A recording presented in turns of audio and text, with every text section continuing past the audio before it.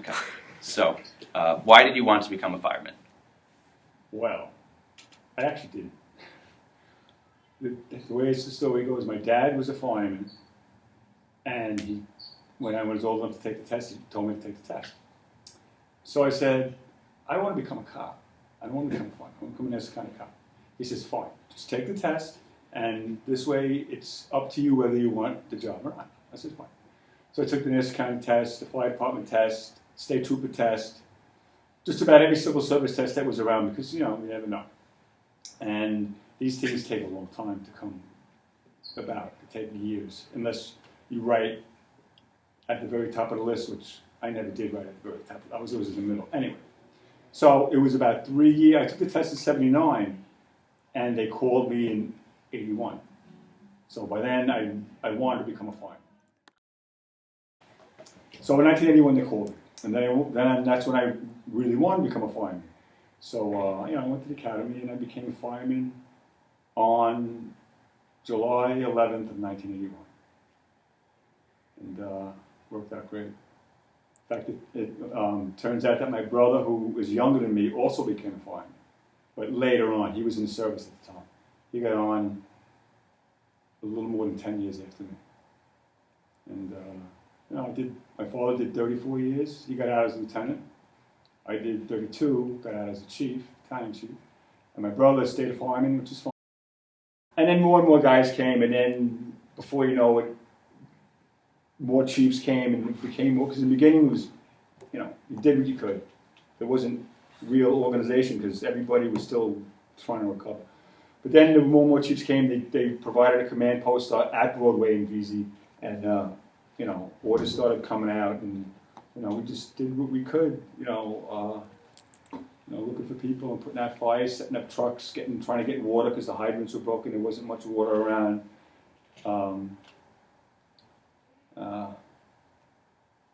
And I'll never forget also that I was on the east side of the deal, and it was a bright sunny day. The wind was blowing to the east.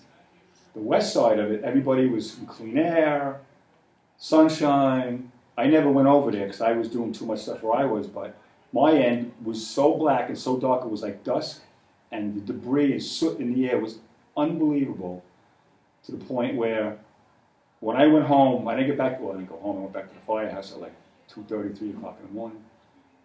My neck was all bloody from all the stuff that was stuck under my shirt and coat, like broken glass, broken, cement, parts of the building, parts of people, just all kinds of stuff. And I thought everybody was like that, but they weren't. I was on the wrong end. My guys were on the wrong end of the building, but thank God I'm okay with all the stuff, because we had no masks. They gave us some medical masks, to wear, but I took it right off because it was so irritating. I mean, I just I was, how long ago? It was 14 years ago? Yeah. And I'm 59. So I was 49. 45. 45. So I spent a long time. And many of my friends, some have died since. My one very good friend has leukemia, but they cured him. And a ton of my guys are getting cancers, like prostate cancer and stuff. Thank God I'm not getting any of that. A lot of guys have lung problems. I don't have any, and I find that hard to believe, but maybe I'm lucky. But so far I'm good. What happened was, this never happened before in New York City as far as such a big thing. And I mean, there's been fires where guys come from home and help, but this was, in the beginning, it was every man for himself, get what you can, do what you can. And eventually they gave us masks. They gave us those white, like what a doctor would wear. And you should really wear it because it's for particulates, and that's what it really was, and it would have helped me. But there was so much soot and fire, it irritated my face so much, I didn't wear it. Maybe some guys did, I don't know, but I didn't wear it. And later on, the wind shifted. I remember later on, but just before dark, it started to get a little better, because another thing that happened to me, which was kind of bizarre. Building 7, I don't know if you remember Building 7, was had a lot of damage to it. Very high building. And in the beginning, when me and my guys first got there, there wasn't much going on, but the command post was started, but there wasn't a lot going on. Anyway, I made my way down to that building, and there was a lot of firemen, like 50 or 60 guys, and some officers, and there's one chief. And he says, guys, we're gonna, I want the engine guys to go here and the truck guys to go there, and get organized, and we're gonna go in this building and put the fire out. So I look at the building, and it's like 40-something stories, and the whole side's blown out. There's like 2 floors of fire. I know there's no water in the buildings. I'm sure that standpipes are busted. So I look at him, I says, we can't put this fire out. It ain't happening. Oh, Captain, we can. Just go in there, get you guys. So I've been fighting. At the time, I was in Manhattan for just about at least 4 years, and I know how to fight high-rise fires, and they didn't happen. So I said to my guys, this is what you do. You stay here and look busy. I'm going to the command post and letting these guys know what this guy wants to do. So I go to the command post. And I tell some high chief what he wants to do. And I said, yes, that pink building over there. He looks at it and says, you're kidding me. I said, I ain't kidding you. You better send someone over there because they ain't listening to me. So they were sent guys over there, and before you know it, no one went in, we just backed away, and the building came down at 5 o'clock. And since then, well, months later, I was interviewed, and a lot of other people, I'm sure, by NIST and stuff, because remember they were trying to figure out why that building came down, because it really shouldn't have. And they wanted to know what I saw, when I saw it, and I told them to the best of my ability. But somehow the word got out that I did that, and I think I told the story. When I got promoted in 2002, and it was like chief school, and I think I told the story there, and it was shortly after I get phone calls, so somehow the word got out of people who actually saw this, because not a lot of people saw what I saw, because they either didn't notice it or weren't there. So that was a pretty interesting thing. I was pretty happy, I did that because someone who didn't know said, yeah, we'll go in there, we can put that fire out. Wasn't happening. My wife was affected probably more than most wives, because, most regular without firemen as families. She knew a lot of my friends who died. I knew 60 guys who died, some better than others, but I knew a lot of guys. Some guys I knew very well. Some guys were farming with me, and I knew at the time, 2011, I had 20 years on the job. And from 81, some of those guys I knew for 20 years. And it was tough. And so, it affected my life that way. Sometimes when I hear a song about it, I cry, briefly, or whatever, think about my friends or stuff. But I'm fine. I have friends who are really mentally, they forget things.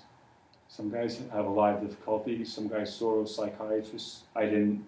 My consolation was sitting in the firehouse talking with my friend, other firemen, about it.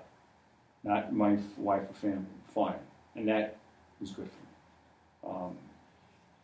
And I guess through being a fireman and seeing what I've seen for the past 30 years, I learned to deal with things like that. A good friend of mine before 9/11, I knew since high school, passed away of a heart condition at like 40 years old. And the night that we found out, my wife says, why aren't you crying? I said, I don't know. He says, aren't you upset? I said, yeah. I said, but I guess I see death so much, even though I'm really upset, it's not like, I still crying. But then like I said, even now, around 9/11, when I start playing those songs, I'll cry for a little bit. I do, but I'm not like mentally disabled or like that. It's not a big deal, but yeah, it has an effect in you. And I'll never forget it. It's, especially I was there, and, affects everybody different ways, but I'm okay. Well, in the days immediately after, I was first of all, when I got there on that Tuesday, I didn't get home till Saturday. I was in the firehouse doing stuff. Thank God nobody from my firehouse passed away. They went there from the beginning, and no one got hurt, not a scratch. Firehouse around the corner lost everybody. They lost everybody working. And the way we do things are, we start our day at 9 o'clock, but people usually get to work an hour early. So for an hour, there's twice as many guys that should be that are there. So when this came in, I think it was a little after 8 o'clock. there was twice as many people. So instead of having 6 guys, a chief and his aide, which would be 8 people, they had 16. And 15 left. The only reason why the other guy didn't leave, he was in the shower and missed the car ride. So he got there late and he lived. Everyone else passed. Everyone else, they didn't, done. And other firehouses near me lost guys too, but that one right near me, my firehouse was an engine-only firehouse because that's how some are. And that particular firehouse is a truck-only firehouse. So we were very close because we go to all the fires together, because in most firehouses you have an engine and a truck. The engines have the hoses, the trucks have the ladders, and they go out as a team. Since we weren't physically together, we were the team a block away. So we were very close to those guys. So that was really sucky. Truck. 3 truck. And what was your house? 14 engine. And we were physically a couple blocks away. We were on 18th Street, they were on 14th. We were like, you could walk from one to the other. Very close.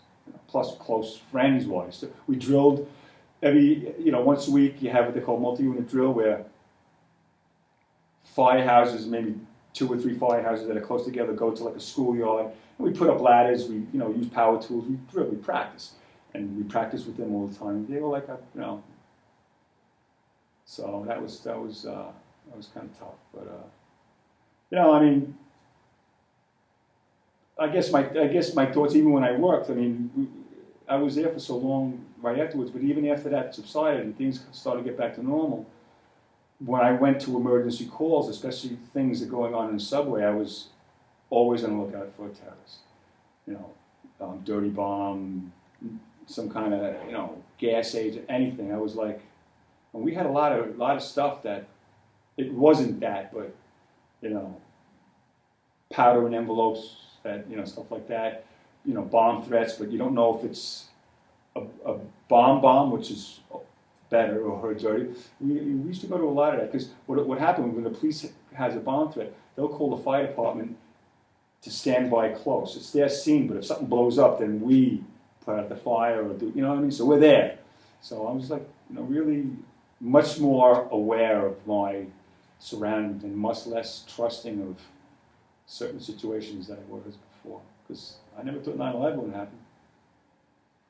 But it did.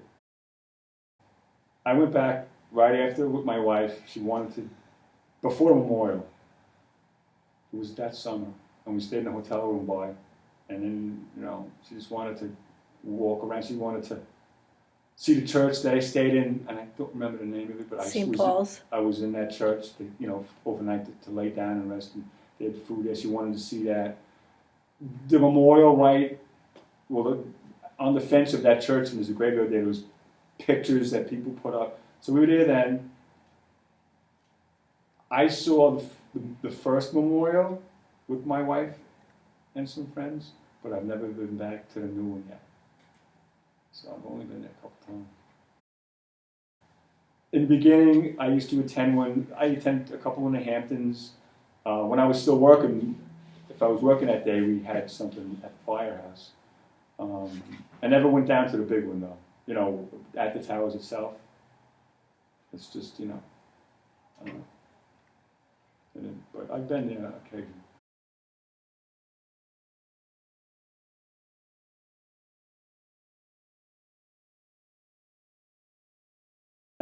I'm like, how do you know it's me? How do you know it's me? I don't even know if it's really me, because it looks so much like you. I said, I guess so. I was there. I said, you can't see my name, but if you look at my, my hands, and she goes, no, that's you.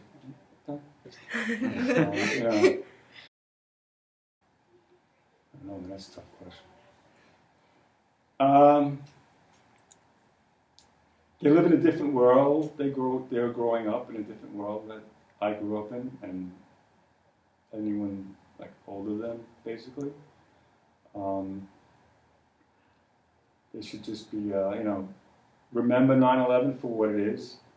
Don't forget what happened there, about all those civilians that died, and firemen and policemen and EMS, and any other emergency worker, and you know, or anybody who helped us. We had people there from all over the country, all over the world, probably, helping us do whatever we did. You know, and everyone an expert or just helping out. Actors like Steve Buscemi, who was a fireman, who's not for nothing. I grew up in high school with. I know him from high school. He went just because he was a fireman first, and he didn't want any recognition. I mean, it got out in the news, but he went to his old firehouse, 55 engine, got his stuff, dug in a pile, had no fan. No one would know who this guy was unless you recognized him. So you know, just don't forget all the people that helped and what happened, and you know, just be glad that you live in America and this country is what it is. And you know, I think even though we went through tough times, I think we're stronger for it. We're more aware and you know, and vigilant, and we're a better country for it. Believe it or not, you know, all bad things sometimes, you know, have a good ending. You know, but just remember it and be proud to be an American, and you know, do the right thing. Well, I think so. I noticed you couldn't buy an American flag right afterwards. They were all sold out. They were on every car. We had them on fire. Well, a lot of fire trucks have them no matter what. Always have had them. But then we put them on because, you know, it was good.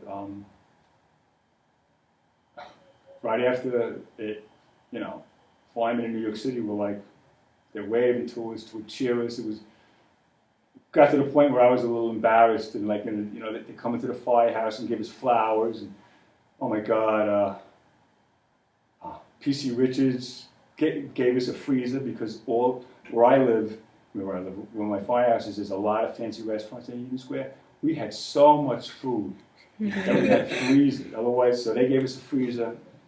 We gave a ton to homeless shelters, hospitals for the nurses and doctors, because we couldn't eat all of it. I mean, it was ridiculous.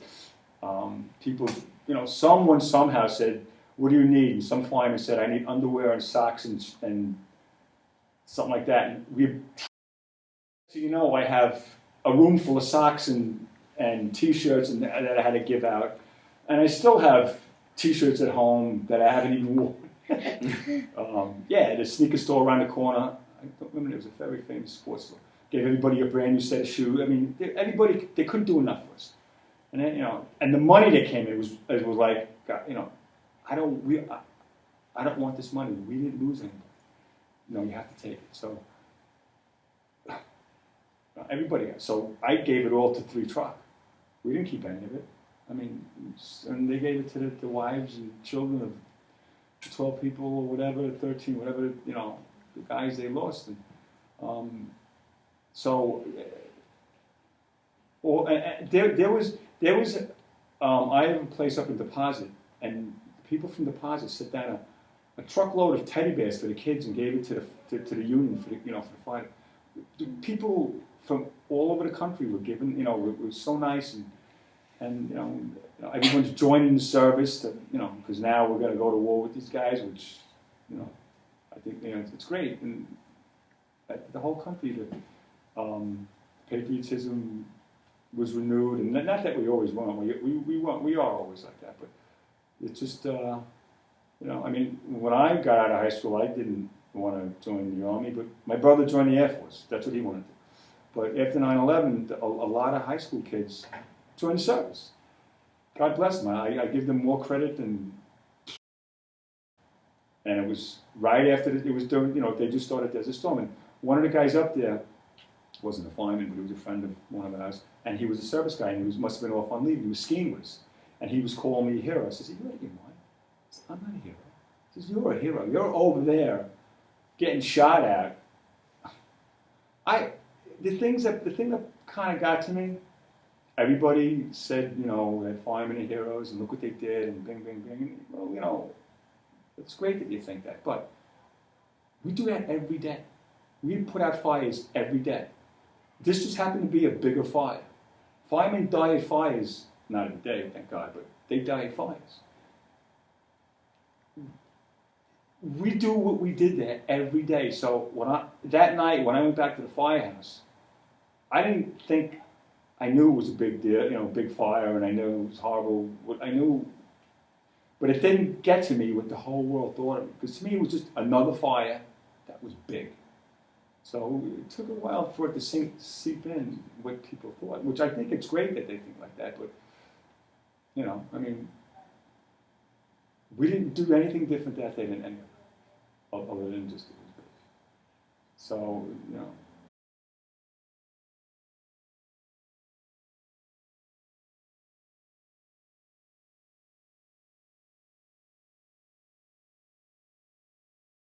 And candles. It was a dark.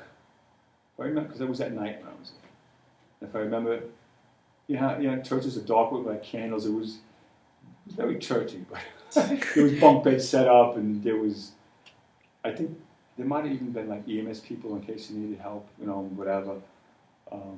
It was just nice that they did that, it was close by, and there was that place, and I remember going into an office building that also had like a room kind of like this, but like with easy chairs and a big TV that guys could sit in a chair and watch TV for a little while, before they went back. But that might have been actually, that part might have been actually, I think they, like a couple days later, because we were there, for days and days and days. I mean, in the beginning, it was it was bizarre. Like the next day, I had to hitch a ride with some firemen. We flagged down a police vehicle that was there to set up barricades. So we got in the back of his truck from the towers, and he gave us a ride to 18th Street, because my fire truck was down at the towers, hooked up to a fireboat, pumping water for like weeks. So I didn't have any engine or nothing. So we had a hitch ride to the firehouse, and the next day, guys came in, whatever, guys were there. We're going back to the towers. How are we gonna get there?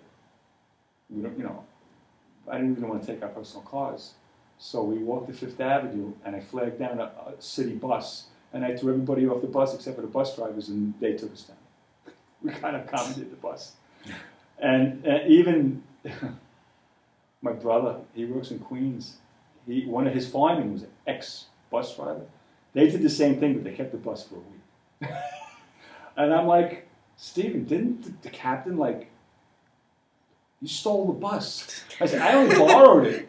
You stole it. He said, well, we didn't really steal, we gave it back. I said, oh, But no, you did what you had to do to get down there. I mean, him and those guys, the outer borough guys, the ones that couldn't get through, and thank God they stopped them at the tunnels when they did, because they stopped them before they came down. But they wouldn't let no one else in. And they staged them like at, I guess, City Field now and things like that. So my brother went down there, but he never made it to the towers that day because we had 20 guys. By the afternoon, there was too many guys there. We had enough help. And then they organized it to have shifts of people and whatever. So, it was kind of crazy. That day was really, I don't know if we broke into it or if it was open, but there was a CVS or something that bottled water. Before the Red Cross got there, we got bottled water like that. And then the Red Cross came down, which was great that day. Bottled water, cookies, snacks, and they were good. If you were cold, blankets, they were very good. Then it started to get organized. Because then you would see, I saw fire trucks from New Jersey there, and I'm like, we never, to my memory, I heard rumors that I think they might have, but to my memory, we never needed help from New Jersey. Well, what happened was, and I forget when it started, it might have been the next day. The shifts, instead of working the regular chart, it was 12 on, 12 off. But, I stayed there. And it may not have been the next day. It might have been, took a week or so, but I don't remember because it's hard to remember. But then it got to a point where it was, because I remember when it was 12 on, 12 off, I would go home. So it must have been after a week. That's really hard on me because by the time you get home and sleep, you got to go back. And I'm going to Manhattan, so it's not like I'm walking around the corner. So it's almost like I might as well just stay here and sleep. But it's hard to sleep in a firehouse. There's a lot of noise, and being the captain, I would never get any sleep because everything comes to me. So it wasn't only, it was hard for all the guys because that's it. When you and not, it wasn't just firemen. A lot of outfits did 12 on, 12 off. And when you hear guys doing 12 on, 12 off, it's hard. In the beginning, it's not so bad, but after a week or 2 weeks, you start to get tired. But you know, you did. I mean, you were tired, but you just, you know, I mean, we would go down there and, you know, you'd be assigned a chief, and what do you want, chief? Okay, you get some buckets, you go to that pile and start digging. And all you did was just dig and dig. And you would think you would find a lot of people, but we didn't find a lot of people. You know, oh yeah, I mean, the hospitals thought they'd have hundreds of people, and I thought there'd be people, but when I was there that day, I didn't find anybody. But, I mean, I didn't. The pile was big. I mean, maybe other guys were found. I know there was a group of firemen from Six Truck. Their story's unbelievable. They were caught in a stairwell. A captain and then I forget how many guys. I would say 4 or 5, or at least 3. And they were coming down a flight of stairs with a lady who needed help. And the buildings collapsed. And out of a whole pile of rubble, the only piece that didn't get crushed was this little stairway that they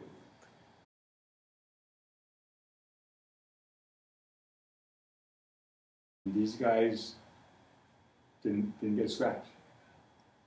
They somehow got out of that stairway with the woman. And I worked in that firehouse not long after and worked with some of those guys. And when they were telling me the story, because I didn't know about it, you know, but a couple of days or a week later when I found out, I was like, amazing. I mean, a lot of guys have stories, but that was one story I heard. That was a good story, because I heard some bad ones. This was a good story that, whoa, I just couldn't imagine. You know, I just talk about your day, you know, it's not your time thing. But yeah, maybe that is just a fire stairs. When I got home, there was a pile of flowers and socks, something on my doorstep. And I said, oh, that's so nice, from my neighbors. And my wife was happy to see me. She hadn't seen me in a week. And all my neighbors came over, and I felt great. It was so nice to see that, how much, you know. And the phone just never stopped ringing. How are you? Because no one could get me in the firehouse. So my wife had phone call after phone call after phone. And finally, when everybody knew I was home, I was for days. And it was just so nice. I mean, I was hearing from people I knew from elementary school that I haven't spoken to in 50 years or 40, you know, forever. Like, it was amazing. It was amazing. The Carle Place people were so good. You know, like I said, my neighbors came over and the cakes and beer and oh my God, guys, you don't have to do this. Well, I'll take the beer. Guys, you don't have to do this. And it was just so nice. Everybody, and like I said, I didn't expect that. I pulled up, I saw someone towards that person. I thought, oh my God, you know. They were great. Carle Place people. Carle Place, well, you guys know, it's a tight town. We stick together. It's just, you know. And, you know, there's some people I know from Carle Place who worked in the towers that have some, who got out, you know, before they came down, or have some, were there and decided to boogie out, or got out and they were on a lower floor. As opposed, my friend of mine who worked for Canada Fitzgerald was on the top, you know, they had one of the top floors. He never made it out. So there's tons of non-fireman stories of Carle Place people. Yeah, the Carle Place people were great. You know, they were couldn't say enough about it. Oh, it's like, when you ask, you know, what kids should think about it, that it's like me, I obviously wasn't alive, but I think that 9/11 is extremely similar to the Pearl Harbor attack. And even though I wasn't at Pearl Harbor, you know, you know about it, but you really, I know the Japs attacked us, and, you know, we went to war, and then we bombed them, and whatever, you know. But where my father was a World War II vet, so to him it's very special. And I know not a lot of guys, I think it's only one, whose father was at Pearl Harbor and was a survivor. And I think that's extremely rare. And I think in the future, it's going to be extremely rare to meet someone like me who was there. And I think that I am now, like my dad, think of 9/11 the way he thought of Pearl Harbor. And I think that everybody, whether you're young or old, should think more about those two dates and other than it's just whatever date. I think you know, think about what they are, and it's special, and about the people who were there and did what they did, and people we lost, and not only that, but because of both events, this country went to war, and because of both events, a lot of Americans died, or worse than that, wounded or crippled or whatever, and then their parents and whatever. The point is, they gave their all. Firemen and even after these two events, regular civilians, regular Americans joined the army and did that, and the sacrifices that these two events created, and even to this day, we're still over there because of 9/11. So people, I think, the parents should talk to their kids, and even the parents. I mean, my kids know all about it because I was a fireman, but normal, like even you with your kids, you should tell. And as Tyler, we went to a family function in the city the other day. We were downtown, so we visited 14 Engine, and she said, Tyler, this is where Pop worked when he was a captain and during 9/11, and he saves lives, and these men save lives, and how special. And he's like, yeah, I know, Mom. Like, but she's telling him, and I think that he should do that. So maybe one day when he gets to be older, he'll tell his friends, yeah, my grandfather, he was there. Yeah. And my uncle and my great grandfather, they were firemen too. And just pass the word, keep it going. Otherwise you forget. That's a good message.